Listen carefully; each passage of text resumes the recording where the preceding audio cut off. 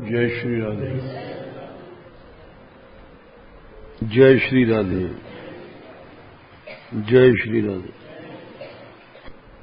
दास के लक्षण चल रहे हैं। दासास्तु प्रश्रितास्तस्य निदेश वशवर्तिना विश्वस्ता प्रभुता ज्ञान विम्नमृत धियश्चते। सबसे पहला लक्षण है दास का प्रश्रय, जिसका आश्रय जिसका होता है जीव उसी का दास माना जाता है। और जैसे कि महात्माओं ने रसकों ने लिखा, जीव विषयों का दास बन गया है, जीव इंद्रियों का दास बन गया, जीव सांसारिक आसक्तियों का दास बन गया, इसीलिए वह भगवान का दास नहीं है। ये बात जब समझ में आ जाती है तब वो ईमानदारी से इस रास्ते पर चलता है। ईमानदारी से मतलब है जीव की दो स्थितियां होती हैं, एक अंतर्मुखता, एक बहिर्मुखता। जब तक अंतर्मुख नहीं होता है तब तक उसकी अध्यात्म में स्थिति नहीं मानी गई है। अधिकतर साधारण मोटी बुद्धि के ये हम जैसे लोग हैं, वो बहिर्मुखता में घूमते रहते हैं और अपने आप को भक्त मान लेते हैं। इसीलिए परमार्थ का मार्ग ग्रहण नहीं कर पाते। जब उसका मूल कारण यह है कि आश्रय अधिकतर हम लोग संसार में ऐसे लोगों का कर लेते हैं या गुरु बना लेते हैं जिनमें गुरुत्व की योग्यता नहीं होती है। ये बात हम नहीं कह रहे हैं, श्रीमद् भागवत में बात कही गई है। सुनने में बात कड़वी अवश्य लगती है, लेकिन ये नितांत सत्य है कि प्रायः यहां अंधे अंधों के गुरु बन जाते हैं। इसीलिए वास्तविक परमार्थ का पथ नहीं मिल पाता है। अंधे अंधों के गुरु हैं, ये बात श्रुति में भी, वेदों में भी, भागवत में भी, रामायण में भी, गीता में भी सब जगह कही गई है। क्योंकि एक बहुत महत्वपूर्ण विषय है परमार्थ, सबसे महत्वपूर्ण ही है। और इसमें उचित मार्गदर्शक गुरु न होने से मनुष्य, यहां तक कहा गया गुरु बिन भवनिज तरह न कोई, जो बिरंची शंकर सम होई। ब्रह्मा और शंकर को भी दे दिया। ब्रह्मा और शंकर भी गुरु के बिना इनका कल्याण नहीं हो सकता। बोले ऐसा क्यों कहा? बोले ऐसा सृष्टि का नियम है। सबसे पहले ब्रह्मा को भगवान ने गुरु बन करके उनको ज्ञान दिया। ब्रह्मा जी भगवान हैं, ये ठीक है, गुणावतार है, भगवान है, किंतु ये नियम एक निश्चित सत्य नियम है कि गुरु बिन भव निधि तरे न कोई, जो बिरंची शंकर सम हुई। ब्रह्मा हो चाहे शंकर हो, यहां तक कि भगवान भी अवतार लेते हैं, राम कृष्ण, तो गुरु बनाते हैं। चाहे वो श्री कृष्ण थोड़े ही दिन में एक नाटक के रूप में विद्या पढ़ी और राम ने भी अल्पकाल विद्या बहु पाई। इन्होंने भी सारी 64 कलाएं वगैरह एक एक दिन में सीख लिया, लेकिन फिर भी इस बात को सत्य उन्होंने बताया कि गुरु के बिना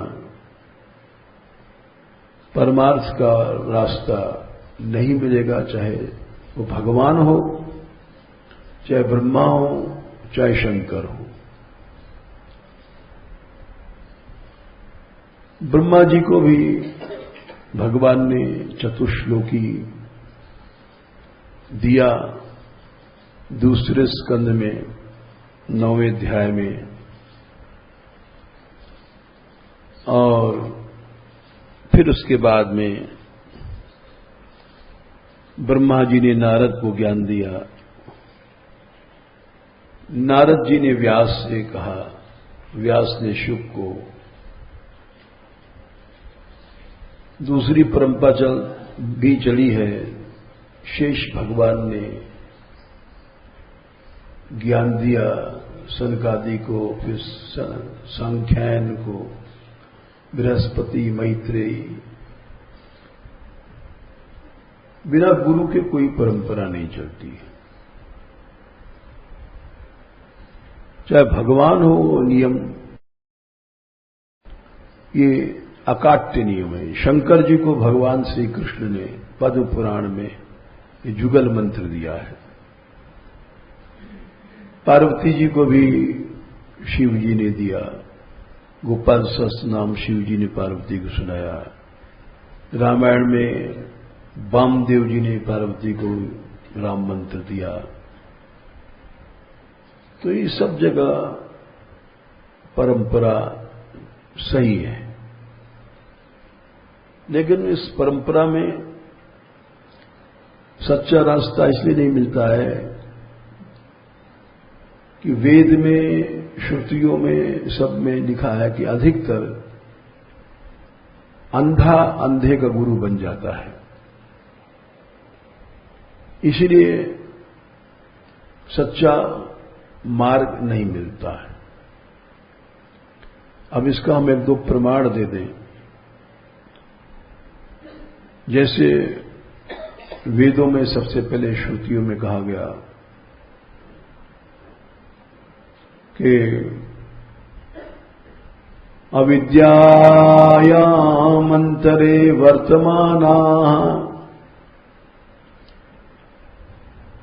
स्वयं धीरं पंडितं मन्यमानाः दन्द्रम्यमाणा पर्यन्ति मूढ़ा अंधेनैव नीयमानाय खान्धाः। नचिकेता से कहा है स्वयं कठोपनिषद में धर्मराज ने, इस संसार में होता क्या है, सही तत्ववेत्ता नहीं मिलता है। नचिकेता,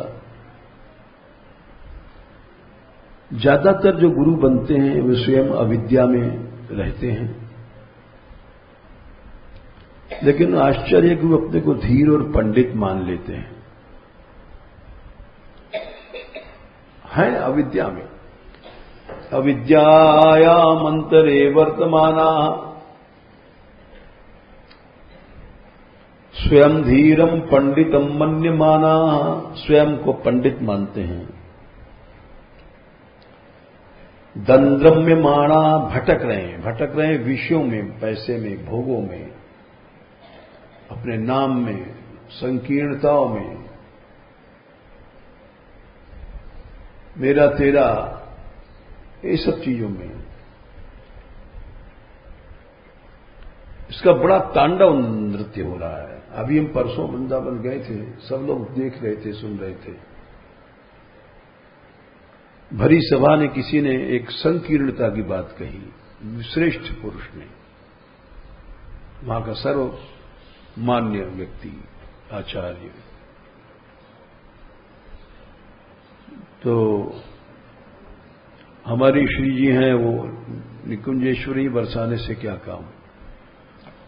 हम बोलने वाले थे जमुना जी के ऊपर, हमारी बुद्धि घूम गई और हम इसी का खंडन करने लग गए और बहुत कठोर शब्दों में खंडन किया। यद्यप सारा समाज उसी पक्ष का था, संकीर्णता, सांप्रदायिकता का, कि निकुंज के ब्रज से अलग मानते हैं। लेकिन हम जानते हैं, हमें विश्वास है कि संकीर्णता जो घुसी है, ये एक विनाश है, ये कोई सच्ची उपासना नहीं है, भेद बुद्धि पैदा करती है और अपराध कराती है वैष्णव। तो हमने उसी पर कहा, सारा हमारा जमुना जी भूल गए हम, और उसका खंडन किया। बात सही थी, उन्हीं के ग्रंथों से थी, इसलिए कोई भी उत्तर नहीं था किसी के पास। तो ये बता रहे हैं कि इतने बड़े बड़े लोग जो आचार्य होते हैं वो भटक रहे हैं संकीर्णवाद में। न वहां वैष्णवता है, न भक्ति है, न कुछ है। इसीलिए कहा गया दंद्रम्यमाणा, भटक रहे हैं कि मैं मेरा तेरा ये सब माया है, किसी रूप में हो। पर्यंती मूढ़ा, 84 लाख चक्कर में पर्यंती घूम रहे हैं, मूढ़ हैं। अंधे नैव नियमाना यथांधा, होता है कि अंधे अंधों का गुरु बन जाता है और इस तरह से सही रास्ता नहीं मिल पाता। भागवत में भी यही बात कही गई, अंधों के अंधे की वाली, 8वें स्कंद के 24वें अध्याय में, आखिर में 50 के आसपास होगा। अचक्षुरंधस्य अथाग्रणीकृतः, 50, 8, 24, 50। भगवान के सामने बात कही जा रही है कि होता है, यहां तक कही जा रही है। अचक्षु, अंधा अंधे का गुरु बन रहा है। अचक्षुरंधस्य यथाग्रणीकृतः तथा जनस्य अविदुषो अबुधो गुरु। अबुध जो है, बुद्धिहीन ज्ञानहीन व्यक्ति यहां गुरु बन जाता है, मूर्ख का। ऐसी स्थिति में हम आपको गुरु मानते हैं, साफ कहा गया है। अचक्षुरंधस्य था गृणीकृतः तथा जनस्य अविदुषो अबुधो गुरु। ऐसी स्थिति में भगवान को गुरु मानना चाहिए। त्वम अर्कदृक्, निर्विवाद सिद्धांत है, जो नहीं मानता वो नास्तिक है। ये भागवत की आज्ञा है। गुरु दृष्टि देता है, लेकिन प्रकाश ईश्वर का ही रहता है। और आपको गुरु मानने में फायदा है कि आप ही प्रकाश हैं, आप ही दृष्टि देंगे, डबल फायदा है। कोई आदमी कहे कि नहीं भगवान को गुरु नहीं मानना चाहिए, नहीं, भगवान को गुरु मानना ये विधेय भागवत का आज्ञा है और उसमें डबल फायदा है।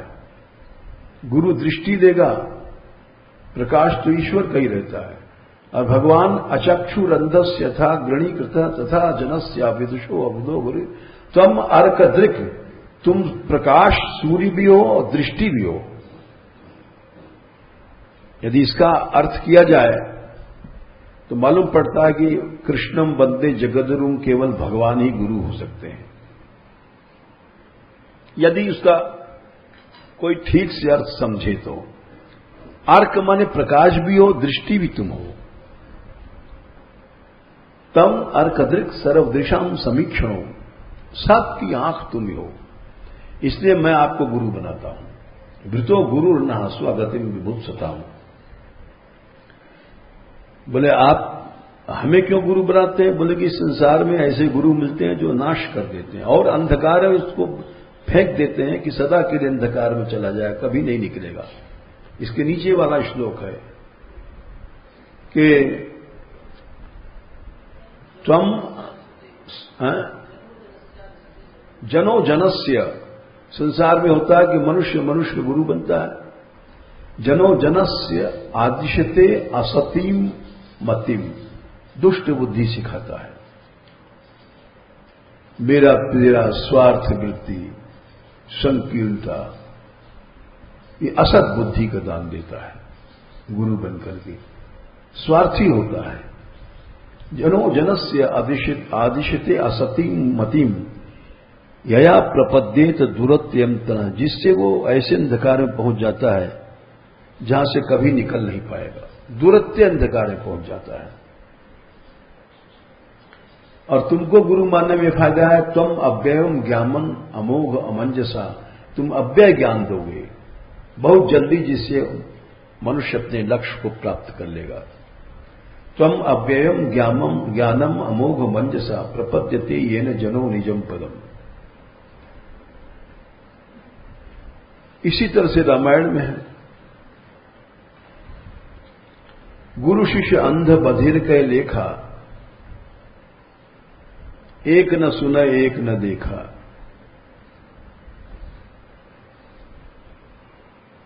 इस तरह से कई जगह कहा गया और रामायण में भी भगवान राम ने कहा है, ऐसी स्थिति में तुम गुरु मुझे मान लो। ये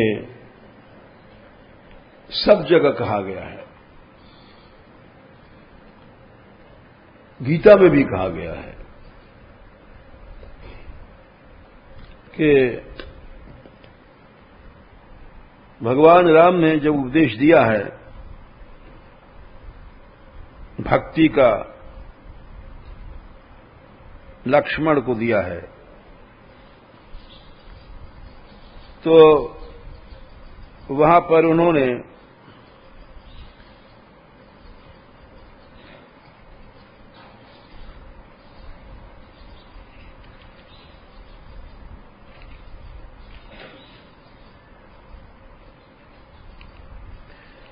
लगभग 15वें अरण्य कांड में उपदेश दिया है। इसमें 16वें में साफ साफ कह दिया है, गुरु पितु मातु बंधु पति देवा, सब मोहि कह जाना ही दृढ़ सेवा। तुम मुझे गुरु मान लो, पिता मान लो, माता मान लो, सब संबंध।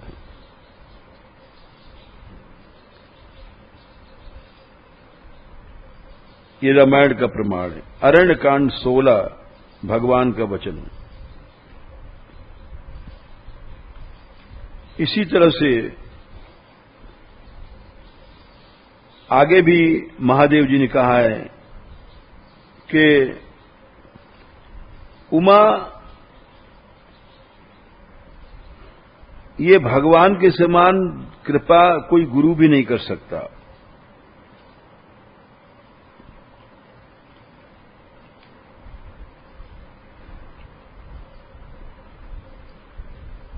उमा राम समहित को नाही, गुरुपुत्र बंधु मातु पितु नाही। ये महादेव जी ने कहा है। और ये बात भागवत में भी कहा है, देख लो 8:24 में कि 10,000 गुरु और देवता भी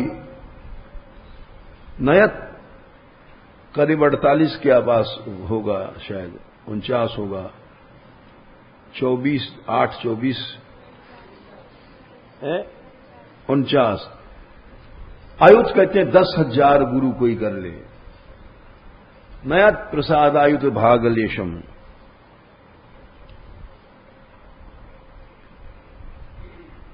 10,000वां हिस्सा भी सब गुरु और देवता लोग नहीं उनकी कृपा का एक अंश पा सकते। नयत प्रसादायुध भागलेशम अन्येत जीवा गुरुवः जना स्वयं, संसार के सब गुरु मिलकर के कर्तुम समेता प्रभवन्ति पुंसस्तमीश्वरम त्वाम शरणम प्रपद्ये।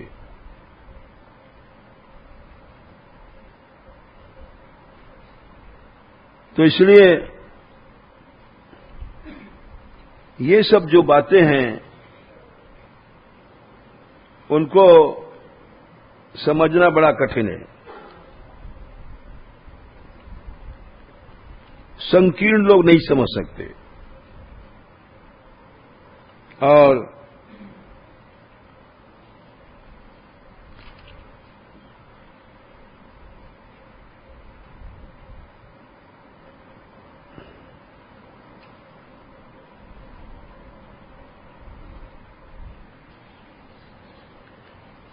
इस बात को अभी और कई जगह कही गई है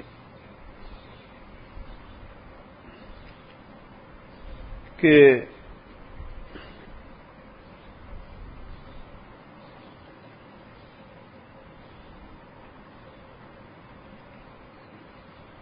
ये भी चौपाई यही है, उमा राम समहित जग माही जग नाही,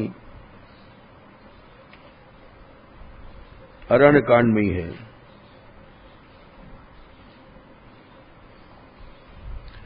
गुरुपतु माधु बंधु पति नाही,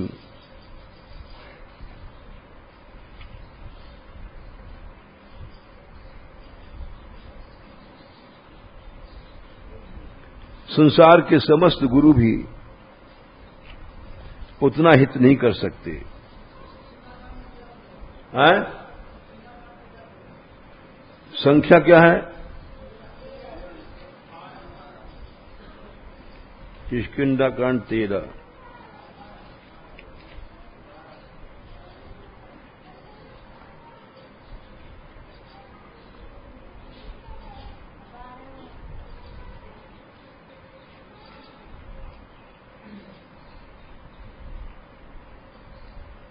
बारह 11 के नीचे है 12।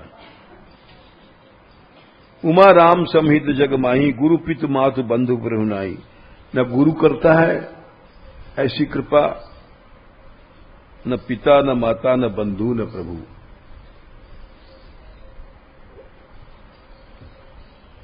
तो ये सब सभी संप्रदायों में जीव गोस्वामी लिखा है, वैष्णव द्वेषी गुरु रपि त्याज्या।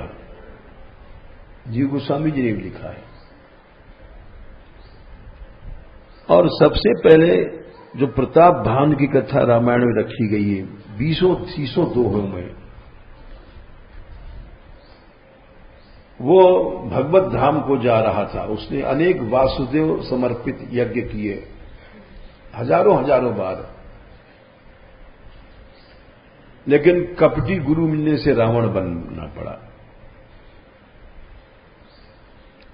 इसीलिए ये एक बहुत महत्वपूर्ण विषय है, आश्रय किसका लिया जाए। आश्रय उसी को लो, प्रहलाद जी के मत में, जो निष्किंचन महापुरुष हो उसका आश्रय लेना चाहिए। हम जैसे लोग लड़ुआ दास, पेड़ा दास, अठन्नी चवन्नी दास, संकीर्ण बुद्धि वालों का आश्रय नहीं लेना चाहिए। 7वें स्कंद में प्रहलाद जी ने कहा है, केवल आश्रय निष्किंचन महापुरुष को लो। 7वें स्कंद में 5वें अध्याय में उन्होंने कहा है, नैषाम मतिस्तावत उरुक्रमांघ्रिं स्पृशत्यनर्थ अपगमो यदर्थ। 32 महीयसाम पादरजोभिनिषेकम निष्किंचना नाम न वृणीत यावत। निष्किंचन महापुरुष के चरण रज में जाकर स्नान करो। लड़ुआ पेड़ा दास का आश्रय कर लिया तो भोजन भट्ट बन जाओगे। निष्किंचन महापुरुष होना चाहिए, जिसको न कीर्ति चाहिए, न यश चाहिए, न अपना प्रभाव चाहिए, न कोई प्रकार की संकीर्णता है मेरा तेरा। निष्किंचन उसको कहते हैं।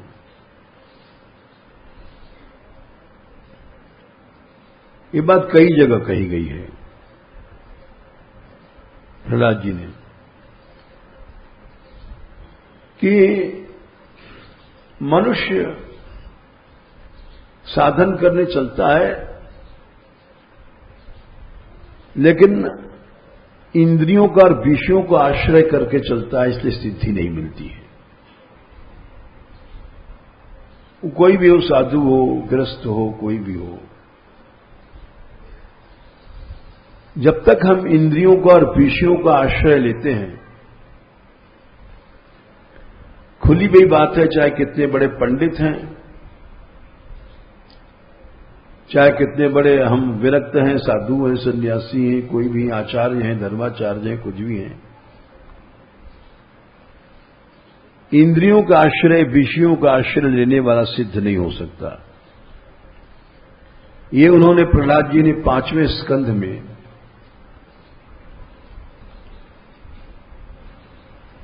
अठारहवें अध्याय में कहा है। मेरी आसक्ति, मेरा आश्रय उन्हीं महापुरुषों में हो जाए जो इंद्रिय प्रेमी नहीं, विषय प्रेमी नहीं, मागार दारात्मज बंद। 10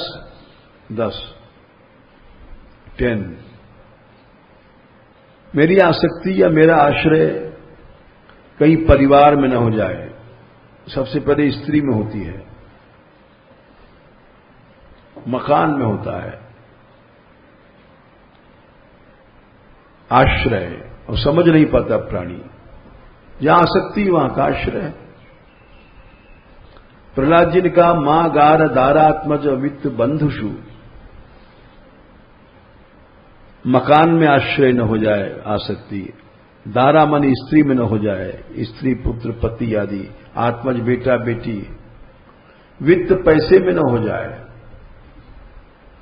बंधुषु रिश्तेदार नातेदार तमाम जो आते हैं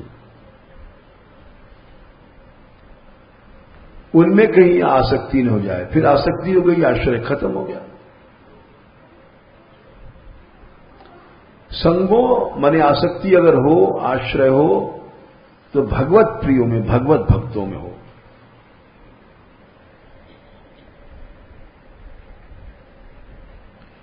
वो कैसे होते हैं? भक्त भोगी नहीं होते, इंद्रिय लोलुप नहीं होते, विषयी नहीं होते हैं। साफ साफ लिखा है, यह प्राणवृत्तिया परितुष्ट आत्मवान। केवल उतना ही खाना पीना व्यवहार है, प्राण जीवित रहें, संतुष्ट हैं सदा। सिद्ध्यत्य दूरात, वो बहुत जल्दी सिद्धि को प्राप्त करेंगे। न तथेन्द्रिय प्रिय, इंद्रियों का प्रेमी, विषयी, भोगी, उसका आश्रय लेने वाला सिद्ध नहीं हो सकता। एक खोल के बात कही गई है, बड़े डंके की चोट पर बात कही गई है। यही बात यहां भी कही है, यही बात प्रहलाद जी ने वहां भी कहा है। 7वें स्कंद में 5वें अध्याय में 9वें श्लोक में, मतिर्न कृष्णे परतः स्वतो वा। 30 है, 30 है। ये समझना चाहिए हमको, भगवान में बुद्धि लगी नहीं सकती जब तक इंद्रियां हमारी रोज मैथुन में जा रही हैं। मतिर्न कृष्ण परता स्वतो व वितो विपद्येत ग्रह प्रतानाम अदांत गोभीर विशताम तमिश्रम पुनश पुनश्चर्वित चर्वणाम। ये समझना चाहिए। यही बात गीता से समझ लो। एक बाह्य योग, एक ब्रह्म योग, 2 योग बताए भगवान ने गीता में। ब्रह्म योग तो भगवान में मन लग गया तो बाह्य योग विषय खत्म हो जाएंगे, अंतर्मुख हो जाएगा। अब बाहर हमारा विषयों में रमण है तो हम बहिर्मुख है। बिल्कुल साफ साफ कहा है 5वें अध्याय में भगवान ने,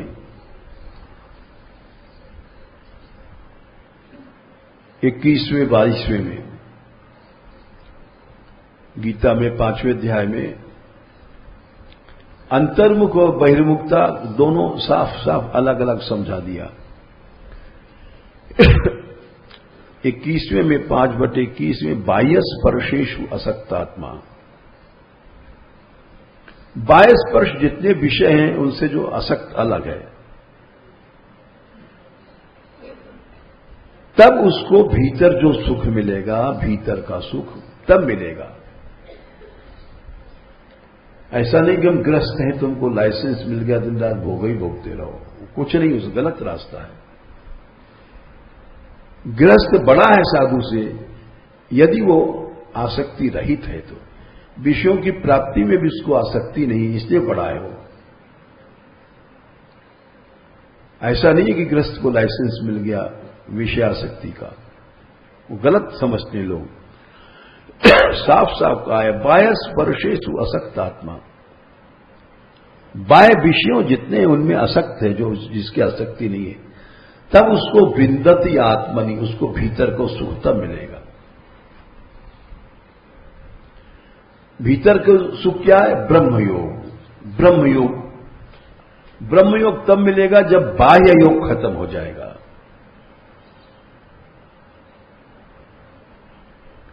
बाह्य योग के रहते ब्रह्म योग नहीं मिलेगा।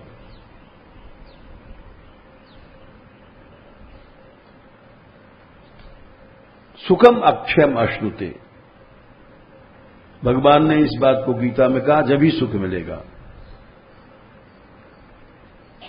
हम लोग क्या करते हैं? बाह्य योग में जाते हैं। इसका भी फिर 22वें, इसके नीचे 22वें श्लोक में कहा है, यही संस्पर्शजा भोगा। दुख की योनियों में जा रहे हो तुमको ब्रह्म सुख कैसे मिल जाएगा?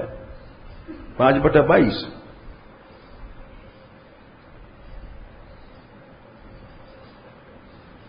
जिससे दुख पैदा होता है, तुम वो काम कर रहे हो, वो आश्रय कर रहे हो, ब्रह्मयोग तुमको कैसे मिल जाएगा?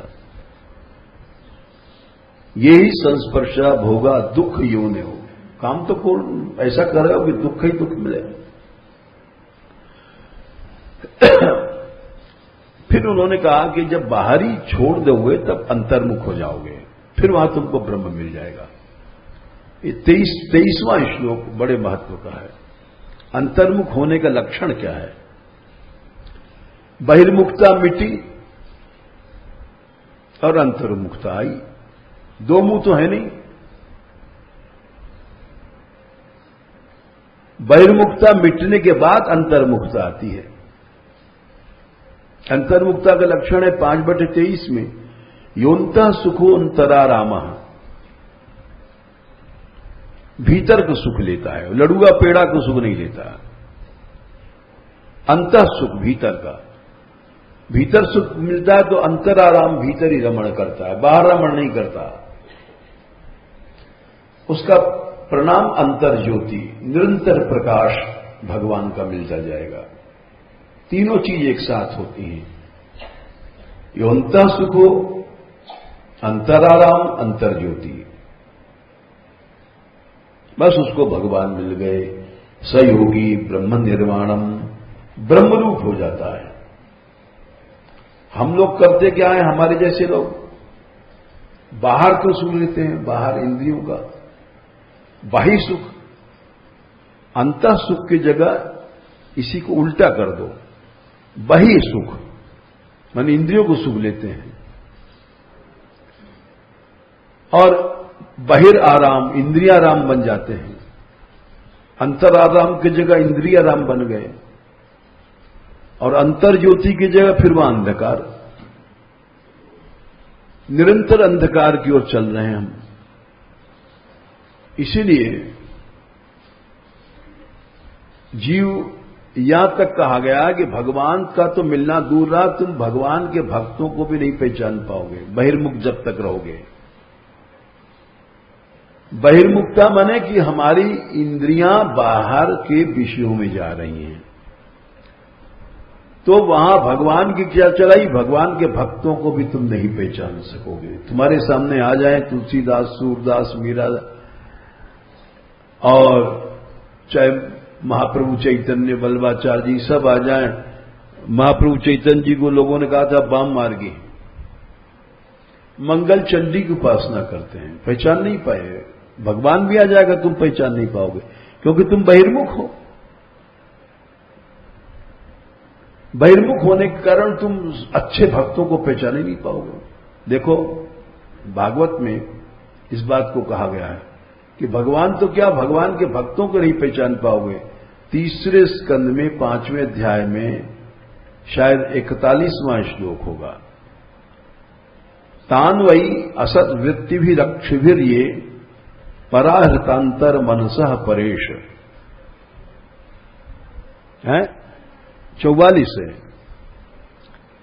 तान माने उन भक्तों को तुम पहचान नहीं पाओगे, क्योंकि तुम बहिर्मुख हो।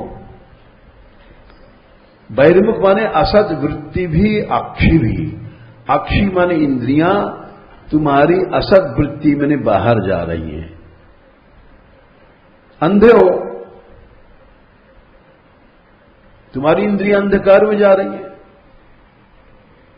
तो तुमको कैसे प्रकाश दिखाई पड़ेगा। बहिर्मुखता क्या है, असद वृत्ति भी अक्षी भी। अक्षी माने इंद्रियां जो असद वृत्ति में जा रही हैं भोगों में, इससे पराहृतांतर मनसः परेश। पराहृतांतर माने बहिर्मुख हो गए, मन तुम्हारा बाहर चला गया। अब बहिर्मुख बन गए हो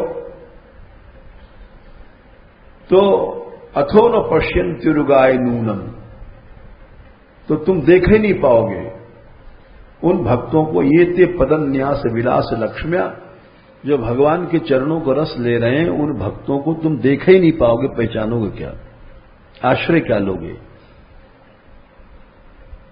तो बहिर्मुखता वाला तो भगवान तो क्या, भगवान के भक्तों को भी नहीं पहचान पाएगा। इसलिए तात्पर्य है कि हम जैसे लोग भटक क्यों रहे हैं। उचित निष्किंचन महापुरुष की प्राप्ति न होने से आश्रय लेते हैं गड़बड़ सड़बड़,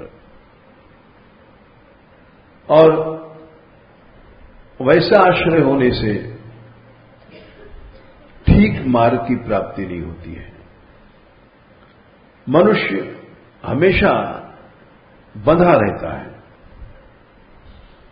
विशेष करके ये स्वार्थमयी वृत्तियां मनुष्य को संकीर्ण बना देती हैं। गुरु तो निष्किंचन होता है, उसको स्वार्थ नहीं होता कि तुम उसके पास दंडवत करो, प्रणाम करो, उसको कोई स्वार्थ नहीं होता। ये प्रचार विचार जो लोग करते हैं ये स्वार्थ है, प्रचार भी एक स्वार्थ है। उस स्वतः प्रचार को कहा गया कि संचरणशील तेज का नाम प्रचार है, वो अपने आप प्रचार होता है। मनुष्य का जो तेज होता है वो फैलता है, वो संचरणशील तेज प्रचार होता है। हम जैसे लोग माइक पे चिल्लाते हैं, मीटिंग करते हैं, ये प्रचार नहीं है। बड़े बड़े महापुरुषों ने, जैसे तुलसीदास जी भाई, आस्वादन करते रहे, कई मीटिंग सभा नहीं करने गए, जितने सूरदास, तुलसीदास, मीरा, अष्टछाप के महाकवि ठाकुर जी को लाड़ लड़ाते रहे, चाहे रूप जी, चाहे सनातन जी। जैसे आजकल हम लोग गली गली डोलते हैं, ऐसा कोई नहीं डोला है। वो उनके अंतःकरण का प्रकाश फैलता है, कभी नहीं गए। यहां तक कि एक बार कुंभनदास जी को जाना पड़ा तो वो पद बना के गा दिया कि तेरा मुंह देखने का धर्म नहीं, तो उसको तेरे पास आना पड़ा अकबर। जाको मुख देखे दुख बचत है, भगत को कहा सी करी काम। प्रचार तो स्वतः होता है, ये बात सही है। प्रचार हम जैसे लोग सोचते हैं हम कर रहे हैं, प्रचार स्वतः होता है, उसके अंतःकरण का प्रभाव पड़ता है चारों ओर। आज सारे संसार में जिन महापुरुषों ने की जो वाणी है अब तक काम कर रही है, प्रचार कर रही है। भक्ति ग्रंथों को देखना है तो जाओ रूप सनातन के भक्ति ग्रंथों को देखो। उपासना करनी है तो इनके पदों को गाओ, सूर, तूड़ा, मिलसी, तुलसी, मीरा के ऐसे ऐसे उपासना के पद हैं कि वाह, 1000 बार गा लो तो भी रस खत्म नहीं होता है। इन्होंने जो जाकर के ठाकुर को लाड़ लड़ाया, गाया, वो गीत आज तक सदा अमर हैं और अमर रहेंगे। प्राकृत कवियों का साहित्य नहीं है ये। उनके हृदय की जो आवाज निकली है वो आज तक काम कर रही है। एक एक पद अगर समझ में आ जाए तो आवश्यकता ही नहीं है कहीं भटकने की।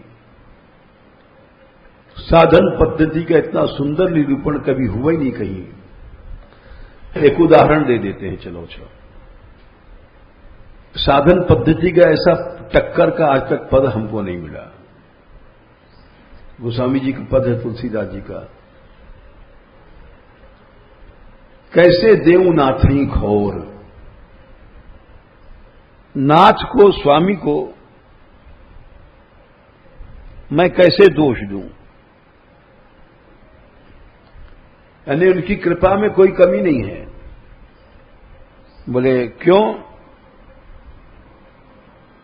बोले कि महाराज आपने कृपा किया, मनुष्य शरीर दिया, सब कुछ दिया, सत्संग दिया,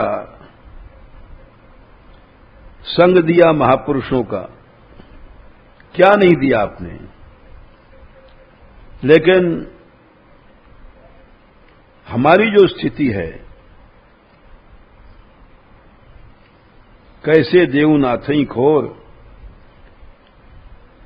काम लोलुप भ्रमत मन हरि भगति परिहरि तूर।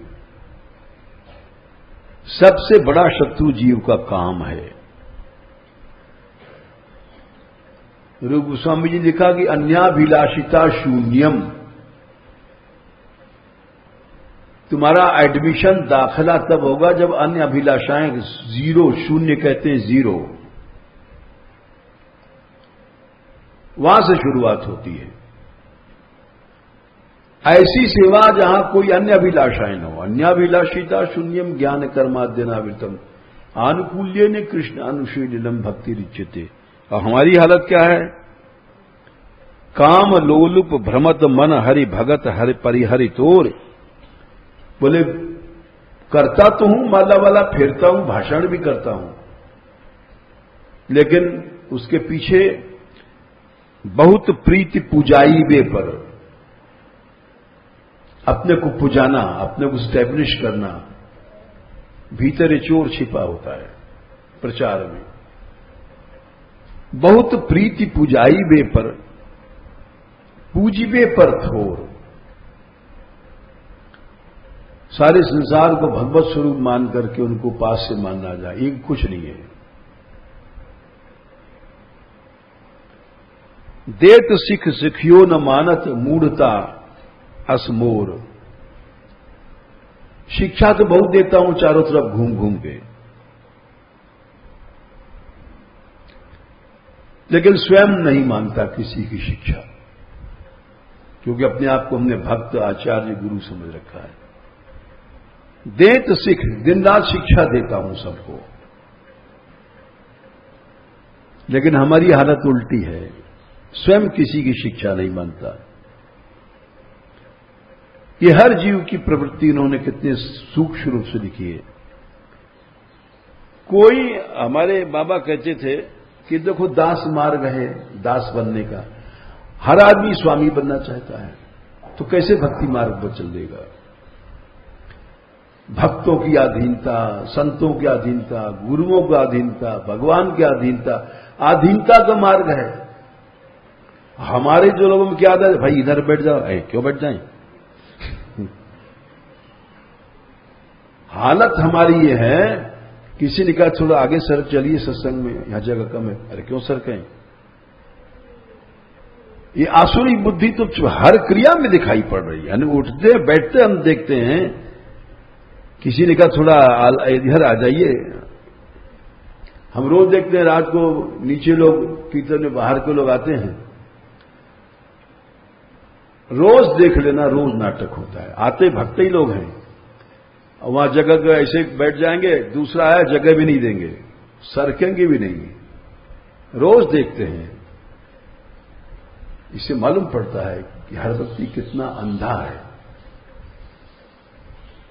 बहुत प्रीति पूजाई पर मैं अपने आप हट जाना चाहिए, अपने आप जगह देना चाहिए, वो भी तो भक्त आया है, लेकिन भाव ही नहीं है। कोई आया है तो उसको भक्त समझे, खुद जगह दे दें, लेकिन यहां तक होता है कि किसी ने कहा सर को, ऐसा देखते हैं जैसे कि वो इनकी रजिस्ट्री हो गई है जमीन की वहां। अब देख लेना, ये रोज नाटक होता है। अब भक्ति कैसे, भक्ति के मार्ग है अधीनता का। हमें बता रहे हैं अभी वो केशवदास जी की, वो 3 बार बुलाने आया लाला प्रसाद पाओ यहां के संतों को, जा ही नहीं रहे हैं। ये दूसरों को सुविधा के धाने नहीं ब्रजवासी बैठे, अन्य हर आदमी अपने मन के अनुसार चलता है, दूसरे की स्थिति को नहीं सोचता है। ठीक समय पर, अब हम परसों गए वृंदावन, तो वहां देर हो गई, 9:15 बज गए लौटने में, न शौच गए न भोजन किया। अब सब लोगों ने कहा थोड़ा सा प्रसाद पा लीजिए, शौच हो लीजिए। हमने कहा भाई ये जो टाइम कीर्तन का है ये निकल जाएगा, फिर हम बैठेंगे 10:30 बजे तो आलस आएगा, सबको नींद आएगी। पहले कीर्तन करेंगे, कीर्तन करके उसके बाद भी सब काम भोजन वोजन पीछे किया गया, क्योंकि एक सरणी है उसका हमको पालन करना चाहिए। दास वही है, ये मन माना करना, मन में आए बैठे, मन में आए नहीं उठे, मन में आए चले, मन में आए नहीं चले, ये दास का लक्षण नहीं है। जिस समय संकीर्तन है अपने आप पहुंचना चाहिए, दास का लक्षण है। जिस समय कोई कह रहा है भोजन कर लो, साधुओं की पंगत में भी होता है, पंगत डाल का चूका बंदर और पंगत का चूका साधु, फिर दोबारा जगह नहीं मिलती। ये मनमाना जो काम है ये दिखाता है कि हम दास नहीं हैं, हम अपने मन के दास हैं। और हमसे लोग कहते हैं आप समझाइए, अरे हम क्या समझाएं, इनको दास हम बना देंगे। तो हालत यह है कि देत सिख सिखियो न मानत मूढ़ता असमूर। किसी की बात तो मान ही नहीं सकते, ऐसे महान मूढ़ हैं और बनते हैं अपने आप को भक्त या विरक्त साधु, और बोलते हैं साधु से ऐसा बोलता है। जन साधु तुम कौन से गवर्नर बन गए हो कि क्या बन गए हो ऐसा। और किए सहित स्नेह जे अग हृदय राखे चोर, जो पाप करते हैं इंद्रियों का चुपचाप खा लेंगे लड्डू पेड़ा छिपा करके, ये सब होता है नाटक, उसको तो हृदय में छिपा कर रखते हैं। और संग बस किए शुभ सुनाए सकल लोक निहोर, और कोई अच्छा काम बन गया तो उसको डंके की चोट पर सुनाते हैं, देखो हमने ये किया, हमने ये किया, हमने ये किया। अब भगवान कैसे मिल जाएंगे? सारी विपरीत वृत्तियां हैं। करो जो कुछ धरो सची पची सुकृत शिला बटोर, जैसे किसी ने नाज बीन बीन कर खेलों में सिल्लो बीन बीन करके नाज इकट्ठा किया, एक एक दाना एक खेत से इकट्ठा किया मुश्किल से, और किसी ने उठा करके फेंक दिया। वही हालत यहां है हर प्राणी की। करो जो कुछ धरो सची सची सुकृत सिला बटोर, पैठी उर बरबस दया निध दंभ लेती अंजूर। दिखावापन इस सारे सुकृतों को नष्ट कर देता है। यह वृत्ति है तो तुम्हारी व्यभिचारिणी भक्ति है, जो भगवान ने माम अब व्यभिचारण है भक्ति योग ने कहा था, वो कहां है? व्यभिचार है तुम्हारा, तुम दिखा रहे हो, वेश्या वाला धंधा है। लोभ मन ही नचाव कपियों गरे आशा डोर, लोभ नचाता रहता है चारों ओर। अब बात कहो बनाई बुद्ध ज्यों बर विराग निचोर, अब बातें हमेशा बुद्धिमानों की बैराग की कहता रहता हूं, और हृदय में ये वृत्ति है। एते उपे तुमरो कहावत लाज अचई घोर, शर्म तो घोर के पी लिया है हमने, इतने पर भी हम भगवत दास बनते हैं। बोले फिर तो क्या करें, चले जाएं? बोले नहीं, भगवान से प्रार्थना करो। भगवान से प्रार्थना करने पर वो तुम्हारी शक्ति देंगे। निलजता पे रीझ रघुवर देहु तुलसी छोड़, हे दीन बंधु हमारी निर्लज्जता पर ही आप रीझ जाओ, हमारी बेशर्मी पे रीझ जाओ, प्रार्थना करना नहीं छोड़ो। एक दिन तुम्हारी प्रार्थना स्वीकार हो जाएगी, चाहे तुम्हारे अंदर दंभ है। ये जितनी चीजें हमने बताई, तो इसलिए आश्रय केवल निष्किंचन महापुरुषों का लेना चाहिए। पहली बात तो, यदि ऐसा नहीं मिलता है तो भगवान को ले लो या इन महापुरुषों की वाणियों को ले लो। हम इन महापुरुषों की वाणियों को गाते हैं, स्वयं हमारे तमाम बने गजले बजले हम नहीं गाते हैं, क्योंकि प्राकृत कवियों में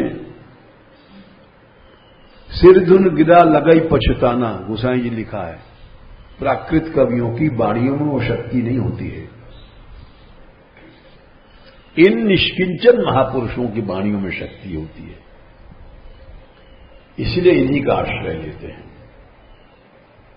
आश्रय जब भी ले निष्किंचन महापुरुषों का, बस यदि सामने नहीं मिल रहे हैं तो महापुरुष मर नहीं गए हैं, उनकी वाणियां हैं, इनका आश्रय ले लो,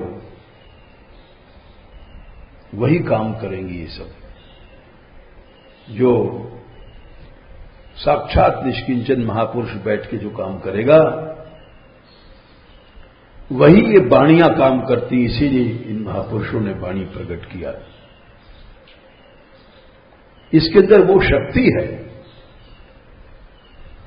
जो निष्किंचन महापुरुषों में शक्ति होती है। जैसे भगवान जाते समय लोगों ने कहा कि प्रभु आप तो जा रहे हो, बोले श्रीमद् भागवत में हमने अपना तेज स्थापित कर दिया है। भगवान नहीं है लेकिन भागवत जी तो है। वैसे निष्किंचन महापुरुष अगर सामने नहीं है तो उनकी वाणियां हमारे सामने हैं, उसका आश्रय लो और निश्चित तुमको रास्ता मिलेगा। प्राकृत कवियों का मैं इसीलिए गान नहीं करता हूं। कभी कदा मनोरंजन के लिए गा लेते हैं अजल गजल हम भी, लेकिन भीतर से हमारा मन इन निष्किंचन महापुरुषों की वाणियों में ही रमता है। कि वही बात है कि भगवान नहीं तो भगवान की वाणी भागवत है, भगवान नहीं तो भगवान की वाणी गीता जी है, वो साक्षात भगवान है। उसी तरह से निष्किंचन महापुरुष सामने अगर नहीं है तो उनकी वाणियां हैं, उनकी वाणियों में वही बात है, सार है। तो जो पहला लक्षण है दास का, आश्रय दासास्तु प्रश्नतास्तु से, किसका आश्रय ले? बोले निष्किंचन महापुरुषों का आश्रय लो। प्रहलाद जी कह रहे हैं केवल जो निष्किंचन है, बस उसके बाद फिर सारी बातें अपने आप आती जाएंगी। चलो